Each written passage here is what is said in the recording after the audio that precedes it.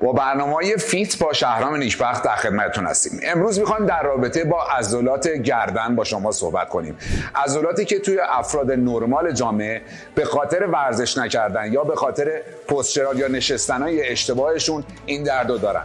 دردای گردن فقط مختص به گردن نیست. عضلات جلوی سینه‌ای، عضلات پشت بالایی، تمام عضلاتی هستن که تو این منطقه درگیرن. با ما باشید تا بهترین روش رو برای جلوگیری از درد گردن داشته باشید. خب یکی از حرکتایی که برای تقویت عضلات گردن به شما پیشنهاد میدم و میشه گفت ابتدایی ترینه، میتونید توی خونه یا توی محل کارتون یا هر جای انجام بدید. میشینین روی یک سکو یا روی یک صندلی، سر رو به جلو بدونی که فشاری انتقال بدید، دستتون رو میذارین بغل سرتون و سر رو به دست فشار میدین. این حرکت ایستاست.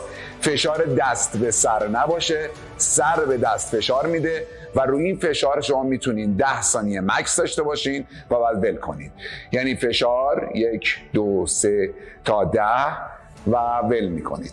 هر سمت، راست، چپ، جلو و پشت میتونید 3 بار 3 تا 10 ثانیه این حرکت رو داشته باشید. یکی از حرکت‌های دیگه‌ای که برای تقویت عضلات گردن به شما پیشنهاد میدم اینه که یا از دیوار کمک بگیرید یا از یک صندلی میشینین، سرتون رو به واسطه یک حوله به دیوار یا به صندلی تکیه میدید و در حالت ایستا فشار رو از طریق سرتون انتقال میدین به اون جا و روی فشار 10 ثانیه مکس دارین و 3 بار این حرکت رو انجام میدید.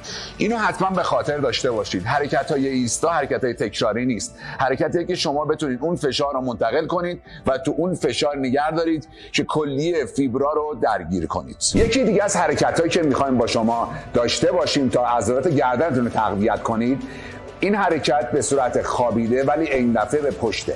شما به پشت میخوابین، همون جوری که بهتون گفتم حتما این حرکت رو داشته باشید که گردن در راستای بدن باشه، بالا نباشه، پایین هم نباشه، در راستای بدن به صورت ایستا نگه میدارید بین 10 تا 15 ثانیه و 3 بار تکرار. این حرکت ها رو میتونید از پهلو راست یا پهلو چپ هم داشته باشید.